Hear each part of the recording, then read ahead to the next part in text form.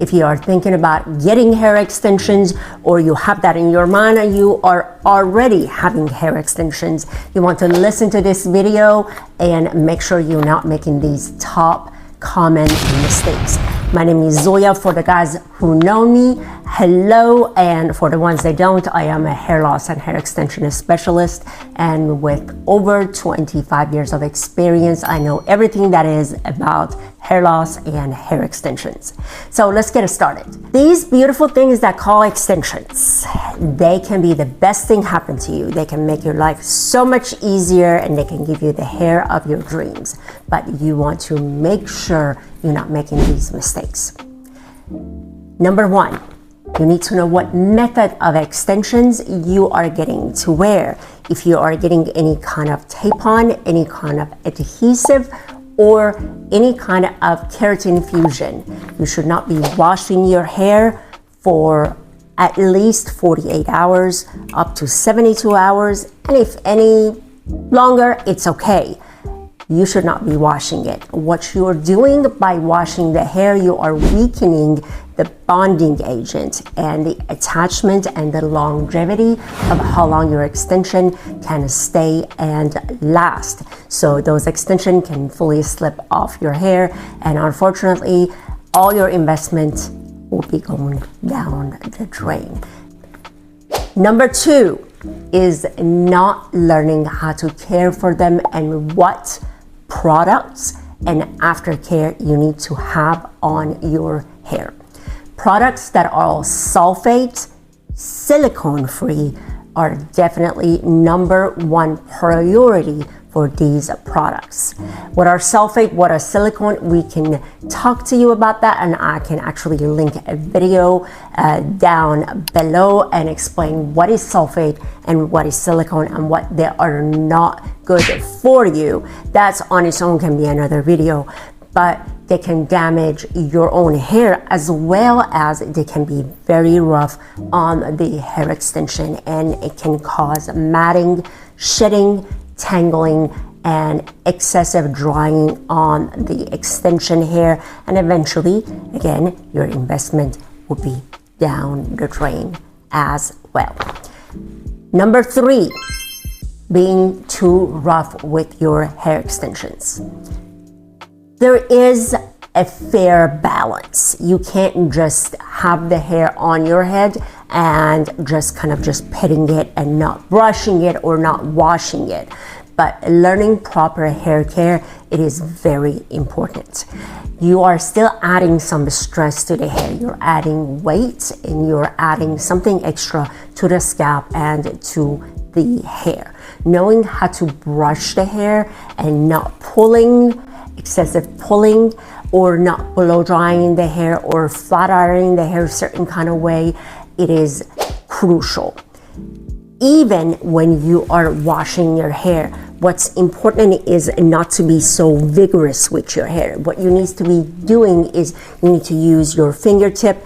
If your hair is long and it is on wefts or there are in certain sections, what you need to do, you need to be able to fully section off the hair when the hair is fully tangle free before you get in the shower, and section off the hair, wash the hair, use the fingertips in a circular motion, very gentle but very thorough. Wash, condition the hair. When you come out the shower, what you need to be doing, you're not supposed to get the towel and rough towel or rough dry the hair. What you need to be getting is a microfiber towel that is not too rough, and just wrapping the hair, squeezing the water out the hair, having it sit and absorb the excessive amount of water before you start brushing the hair. Having to understand hair is a lot more stretchy, a lot more fragile when the hair is wet. It's super important, and not being too rough with it. And at the same time, when you're pulling your hair up, some of you girls love the high ponytail. There is a limit to each method, and there is a limit when it comes to amount of hair that you have, or how actually active you can be with one, or how high you can put one pony versus the other, and you need to understand them based on the method of extension you have. Even when it comes into a weft extension, one of the biggest things is, can you pull your hair up? Of course you can, but what you need to learn when you are putting the beads on the hair, your hair grows in this direction. What is important for you not to flip the weft 100% up when the weft is too close to the head. So those are factors that you need to consider. If you have tape-on extensions, or if you have even halo or clip-on extensions. Halo clip-on extension, they can be pulled up and put up, but again, they have limitation. So understanding your limitation and what you can do, it helps you get the full benefit off of your extensions. And those are very, very important. Mistake number 4 that I see a lot of people make is choosing the wrong shade. Extensions are very crucial to be the same shade as your hair can blend into. If you pay attention, most of us don't have solid color on our hair unless your hair is fully bleached blonde or it's 100% jet black like me. I have no different shades or tone in my hair. I have had a lot of guests coming in, they're like, I want to add highlights with the extension. Is that possible? To a certain extent, yes, but it still needs to blend with your hair. What I mean by that is, if I had a hair extension on my hair that had blonde in there, what I need to make sure, I need to have pieces of the same shades of blonde from somewhere in my hair in there, so the blend would come out perfect. Otherwise, it would look very stringy. It would look like it is been put on, like different parts been put on the piece that it doesn't belong to. If you want to enhance your color, you're able to, but having where the base of the extension, it needs to match with your natural shade, and what it can blend to, it can be complementary to your hair. Sometimes going too light or going too dark, it gives the hair a very fake look. Or if your hair is naturally pulling just kind of red and you put extension shade that is kind of ashy, that's definitely a total dead giveaway, and that's a no-no. In the same way, I would say choosing the wrong texture. Let's just say you are somebody with very, very curly textured hair.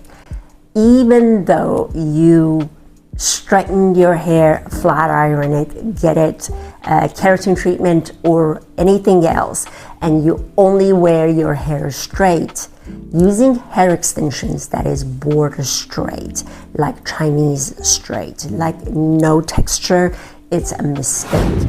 Because the second that you have humidity and a little bit of moisture going through the hair extension hair would stay just straight, but your hair start getting curly. And that's another dead giveaway that you do not want to have for your hair and for your hair extension to have.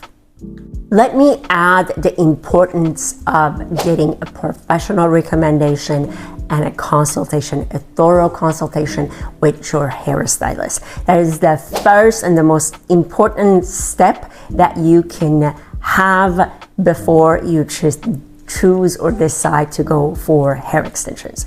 So with that being said, we're going to our number 5 mistake. So the 5th mistake is going just for a cheaper option. It is very crucial to know the long-term investment of hair extensions and all the maintenance and everything that it comes with it. With a better quality hair, a better quality hairstylist and application, you get much longer time out of your hair extensions rather than going with a lower quality option and a hair that is not great or something that matches your hair. So definitely try to look at it as a long-term investment and consider the budget, but make sure that you are only looking at the amount of money. Look at it in the long term and how you can budget to get the best available options. Number 6 is choosing the wrong length. Thickness of your hair and the length of your natural hair determines how much hair you can add. Rule of thumb, you never want to lengthen your hair double where your natural length is. You don't consider it from here. For instance, if you have bob length, which is one of the hardest way to blend the extension, because when you're talking about bob, you are having a very just straight, like blunt hair that you need to cover. But in general, you don't want to go past double of what your hair is. That is a rule of thumb. But based on the method of the extension and the amount of hair that you're going to get added, sometimes you can go with a little bit more. Understanding that the length is not what it does necessarily on the back of your bra. What's crucial is to look at them in an overall, and then understanding how much hair you have here. If your hair is very short, if you're going to even add the same length as where the back of your hair is, it's going to look a lot fuller and longer. So understanding the length and how much length you can add and what is natural and what is natural for your body. Your height, it's very important. If you are short, when you go for 24 inches length, it will hit you right below your bottom. That's very kind of unrealistic, unless that's the look that you're going for. So consider that as well. Mistake number 7 is not knowing how to care for your hair properly, and I would say not maintaining them the way they're supposed to, not going and seeing your stylist for maintenance often enough. What I mean by that is when, for instance, you're washing your hair too much or you're not washing it enough. If you are using improper product, if you are brushing it improperly, if you're not brushing it enough, and if you are trying to prolong a 6 weeks maintenance to 8 or 10 weeks, whether it would be because of time or because of the budget. So that can cause a significant amount of damage to your hair. So that is important as well. And the last mistake, which is our mistake number 8, is finding the wrong person to apply your hair extensions. A lot of stylists, they get trained in one method or maybe 2 methods. What you want to do is find a hair extension specialist who can offer various different methods.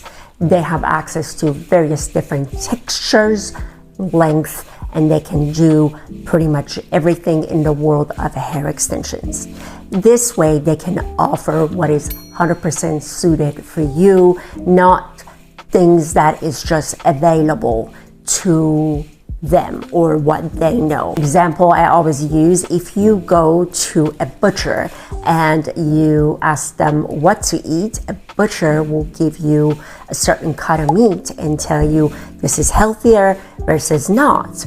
But if you go to a nutritionist is able to unbiasedly give you advice about what kind of diet you should be eating. So that is exactly the same thing. We have various different methods of extension. You have permanent, semi-permanent, completely temporary. You have tape, fusion, weft. Within the weft, you have the whole weft. You have hand-tied, you have genius, you have machine tie, you have mesh integration, you have microbeads. There are so many different methods that definitely tell you that one size doesn't fit all. So find the right person if you need to make a travel to the areas that your stylist is. Keep that in consideration that you need to go back for maintenance, and there's nothing that is maintenance free except for halos and clip-ons. This way you find the best specialist to apply and advise you on hair extensions. I have covered all of these mistakes that you can be making, and by knowing this, I know you will be just fine and you will avoid them now that you know. If you find this video helpful, please like and subscribe to our channel. Get our future videos and all the tips and tricks that you can have so you won't be making those mistakes and have your hair looking beautiful. Until next time, ciao.